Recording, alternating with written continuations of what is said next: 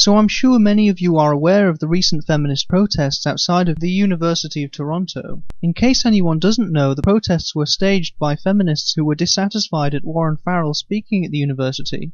If you're curious as to whom Dr Warren Farrell is, he's an author of books such as 1993's The Myth of Male Power and 2005's Why Men Earn More. The books are a factual critique of feminist claims, such as that of the pay gap.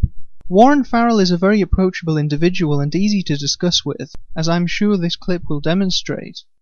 When you move quickly, when you work extra hours, oftentimes you don't enjoy it as much. When you work in certain fields like hazardous occupations, most people don't enjoy dying as much.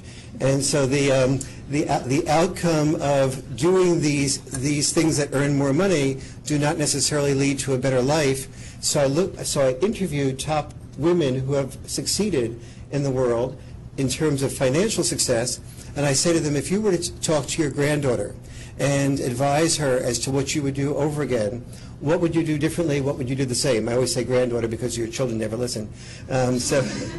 However, despite his moderate and factual approach to critiquing feminism, his appearance at the University of Toronto sparked this response. No hate speech on campus! No hate speech on campus! No hate speech on campus! No hate speech on campus! No hate speech!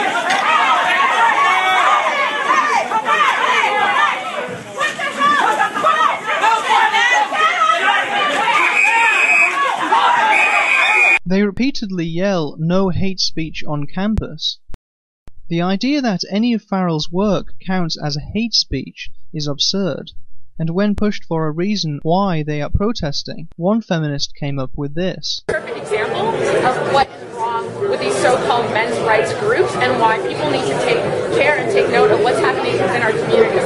This is a group that particularly looks and marginalizes the experiences of women in our cities and in our communities, the violence that our family members experience, that our children experience. Particularly, they defend rape, they defend incest, they defend violence against children, and we do not want any of this on campus. We do not want any of this in our city, and quite frankly, we are very frustrated and physically have been attacked today as a response of our frustration with having these groups hosted on our campus. So we want an explanation as to why they were allowed to be on our campus. We want an explanation from our administration that let these groups be here on our campus to host this hateful event, and that has clearly resulted in dozens of students and community members getting attacked physically by the police.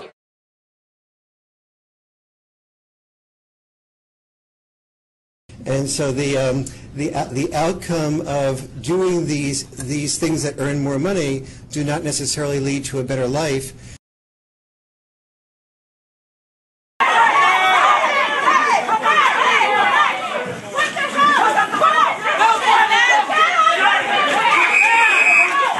These people don't have a valid reason to protest. They're just looking to silence any disagreement with their ideology. Feminism is quickly becoming a religion in its demagoguery, and we must fight to stop it, in any liberal democracy worth its salt. Thank you.